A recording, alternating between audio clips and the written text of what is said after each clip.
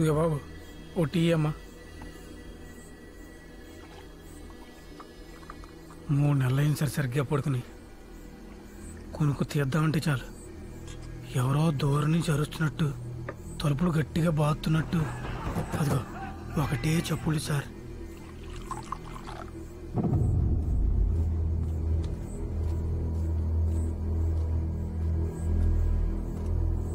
దయ్యాలున్నాయా sir? మనుషుల కంటే భయంకరమైన ఎక్కడ ఉంటాయండి? సుదర్శన్ సార్. సుదర్శన్ గారు, దెయ్యాలంటే భయం పోవడానికి ఆంజనేయం దండకం చదువుతాం. అవును సార్. ఈ బిల్డింగ్లో ఉన్న దెయ్యాల నుంచి మీకు భయం పోవాలంటే ఓ 5 అడుగుల 8 అంగుళాల ఆంజనేయ స్వామి కథ చెప్పనా?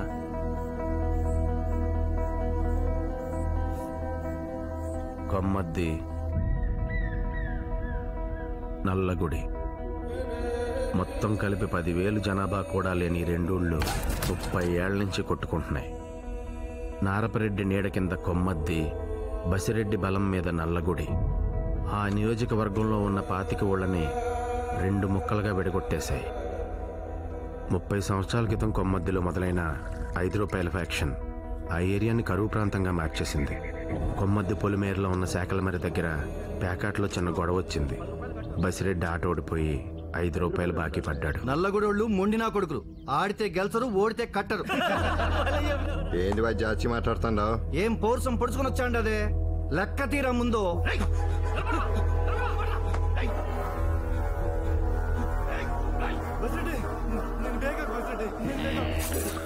అందుకే దీన్ని 5 రూపాయల ఫ్యాక్షన్ అంటారు.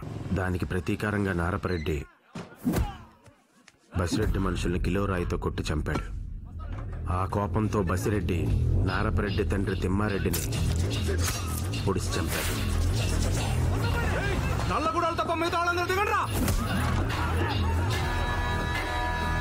దాంతో నారపరెడ్డి బసిరెడ్డి తండ్రి లక్ష్మారెడ్డిని నరికేశాడు. మీ అయ్యట్టంటోండి రెడ్డి. వెళ్ళి మా అయ్యతోనే మాట్లాడుకో. పండగల కొత్త బట్టలు కొనుక్కున్నట్టు ఏడాదికోసారో 2 ఏళ్లకోసారో ఈ కూనీలు జరుగుతూనే ఉంటాయి. బసిరెడ్డి వెరైటీస్ గనుల్లో బాగా సంపాదించాడు. రాజకీయాల్లో దిగాడు. 20 ఏళ్లుగా నియంతలా పరిపాలిస్తున్నాడు. మొట్టమొదటిసారి అతనికి ఎదురు నిలబట్టడానికి అపోజిషన్ పార్టీకి నారపరెడ్డి ఒక్కడే కనిపించాడు.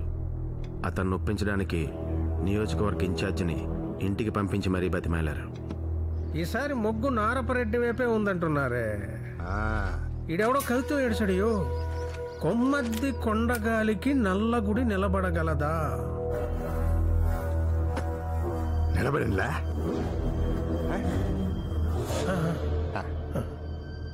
చదువులకని లండన్ వెళ్లి 12 సంవత్సరాల తర్వాత ఊరు తిరిగి వస్తున్న నారపరెడ్డి కొడుకు వీరరాఘవరెడ్డి కోసం తల్లిదండ్రులతో పాటు బసిరెడ్డి కొడుకు బాలరెడ్డి కూడా ఎదురు చూస్తున్నాడు.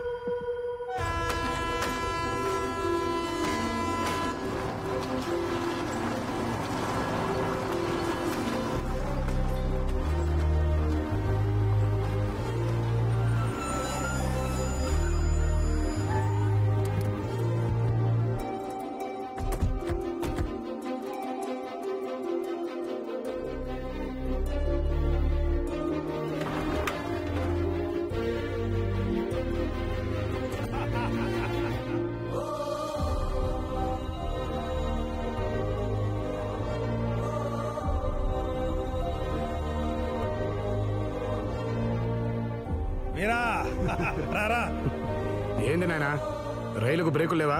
స్టేషన్ రాకముందే ఇడెక్కి చైన్ లాగినాడు. నీకోసం ఆడదాకా ఆగలేకపోయినా నవ్వి. అట్నా బాబా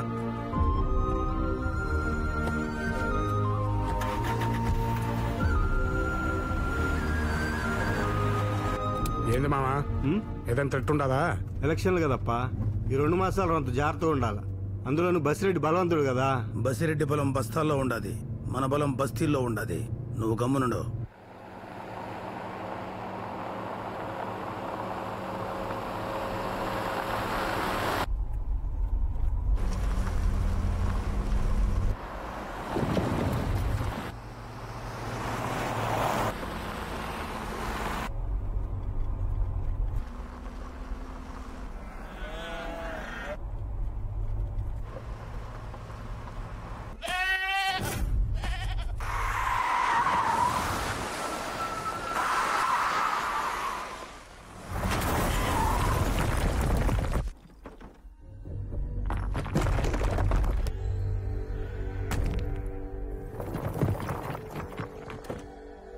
ఏందిరా?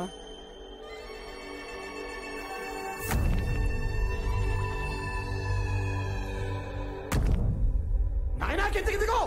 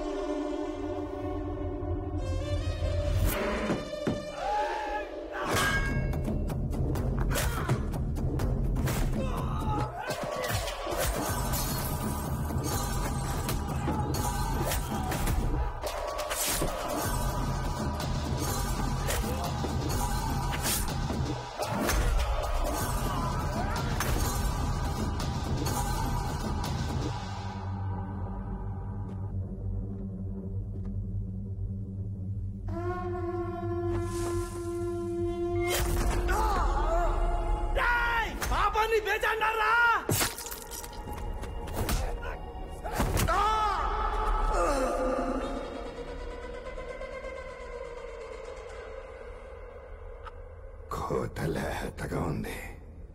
నారపరెడ్డి బిడ్డ.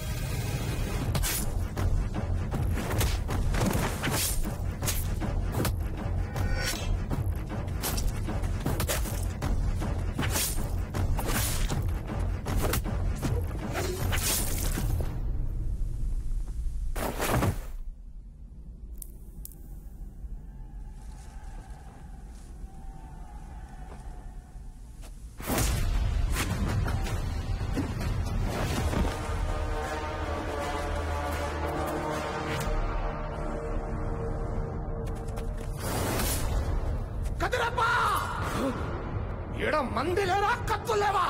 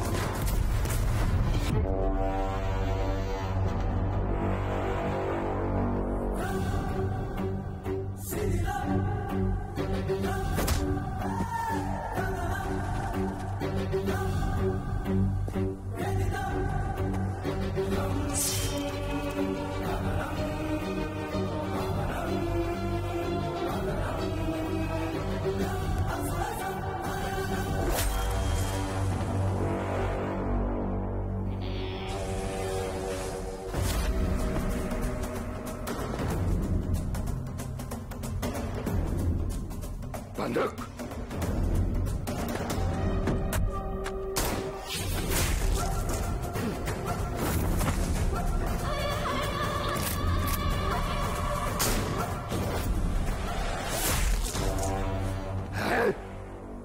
छूटा नहीं।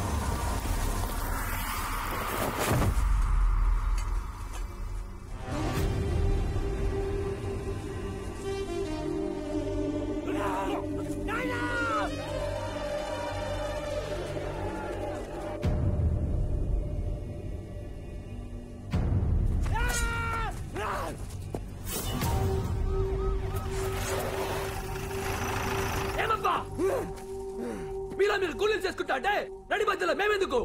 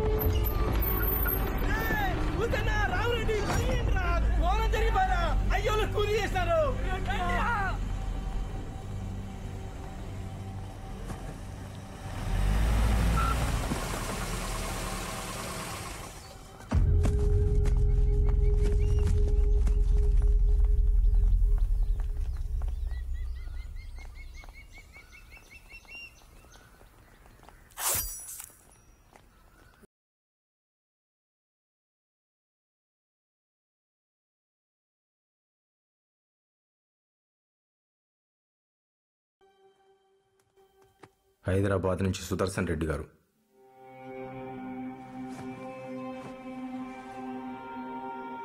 చెన్నయ్య లైన్లో ఉన్నాడయ్యా. సారీ బాబు, రావడం పడలేదు. జరిగిన దానికి మీ అందరం చాలా షాక్లో ఉన్నాం. నాన్నగారు లేకపోవడం పార్టీకి పెద్ద లోటు. మీరే దాన్ని ఎలాగైనా పూర్తి చేయాలి. ఇక్కడ పనులు పూర్తి కాగానే వచ్చి కలుస్తాను. ఉంటాను బాబు.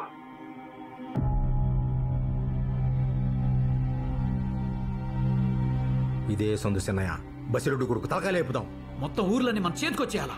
గనులు చూసుకుని కదా అతగాడికి నిన్న పొగురు పట్టిండేది. ఎట్లయినా చేసి అది కూడా మనమే చేద్దామప్పా. ఊళ్ళో ఇల్లుండాదా, ఇంట్లో ఊరుండాదా? మీ బగిసికి బసిరెడ్డి కొడుకు సాలా? బెంగళూరులో ఉన్నవాని మనోని కూడా సంపితే సాల్నా? పొండ్రా పొండి.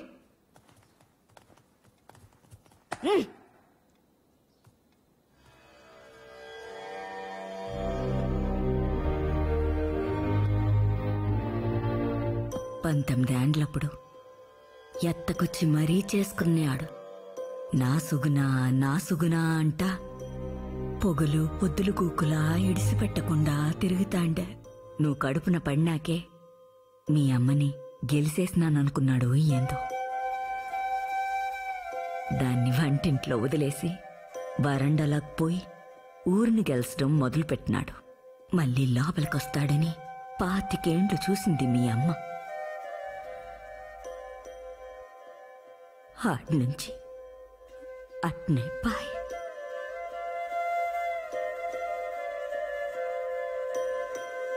ముప్పై ఏండ్ల నాడు మీ తాత కత్తి పట్టినాడంటే అది అవసరం. అదే కత్తి మీ నాయన ఎత్తినాడంటే అది వారసత్వం.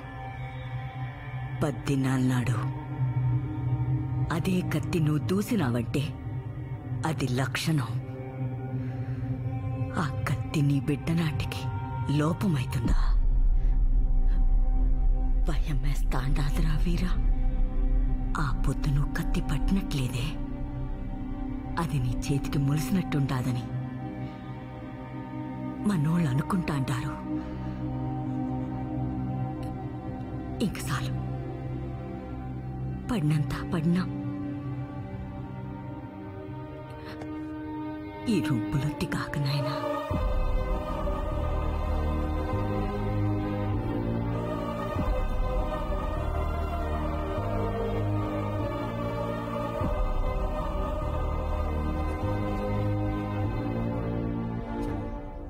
దండాలియా. ఎవరు మా నువ్వు? నాగమణి చిన్నయ్య, శివయ్య పెళ్ళాం. ఈ పొద్దా రేపా అనేటట్టుండావే. ఏంటికి పాపా ఎండను పడి ఎంత దూరం వచ్చినావు? మొన్న కొట్లాటల్లో కేసు పెట్టి పోలీసోళ్ళు ఆ ఇంటాయన్ని తోడుకుపోయినారయ్యా. వాడినేదారే నీకేంటికి లేమ్మా. నేను వకీల్తో మాట్లాడి వాడిని బెయిల్ మీద తోడుకొస్తాలే. నువ్వు ఇంటికి పో. వద్దునే వద్దు చిన్నయ్య, వానికి బెయిల్ వద్దు. అయ్యో రామరెడ్డి, దాహం తీసుకురా. చిన్నయ్య, బయట మన వాళ్ళు మాట్లాడుకుంటా అన్నారు బసిరెడ్డి కొడుకుని చంపుతారంటనే. ఇప్పుడు మా మగోడు బయటకు వచ్చినాడంటే కత్తి పట్టుకుని ఆ నల్లగుడి మీదకు పోతాడు. ఆడనే పగోళ్ళు చంపినారంటే పుట్టింది ఏ బిడ్డని కొడుకు తెలియదు కదయ్యా. వద్దు చిన్నయ్య, వాళ్ళకి బెయిలొద్దు. వాడు జైల్లోనే ఉంటే కనీసం మేలాకట్లోనైనా బిడ్డని చూపిస్తాం. వాడు బయటకు వచ్చినాక ఎట్టాగు మీ చేతిలో కత్తే కదయ్యా. రాతిద్దే అనుకుంటాం. ఇక దడ్డా పెడుతొచ్చింది. వాడిని బయటకు తీసుకురాదయ్యా, బయటకు తీసుకురాదయ్యా.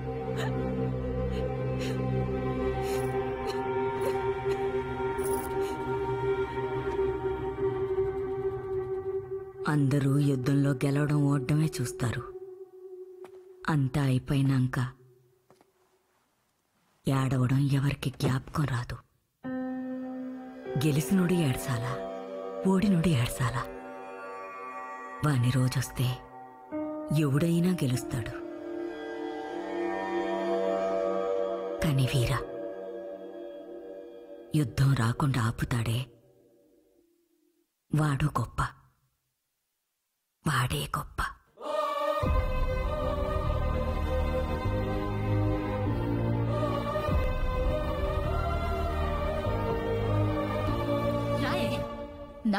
నా కోడలంటా పోరి పోరి పిలిపించినారు. దాని మెళ్ళో తాళి బొట్టు బళ్ళగాని నా మొహం మీద బొట్టు తుడిపేసినారు. చాలు చాలు, ఈ కొంప కాడబిడ్డని పంపే కంటే మెడకి బండగట్టి పెన్నెట్లో తోసేది మేలు. పుణ్యమన్నా వచ్చాది. ఏంది పాప యోచన? బొట్టు పెడతారనా? ఎవరు పెట్టేది? ఇంటి నిండా ముండ మూసినారులే. పోయి దేవరమ్మల బొట్టు పెట్టుకొనిరా పో.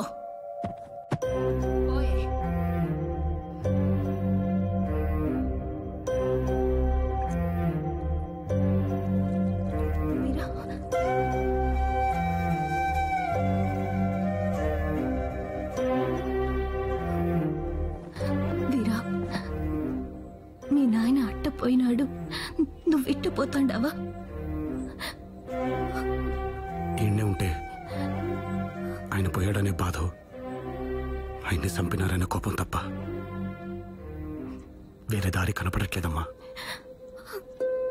ఎతకని అయినోళ్ల కోసం కత్తి దూశాను, అదే అయినోళ్ల కోసం కత్తి వదలలేనా? వెళ్ళి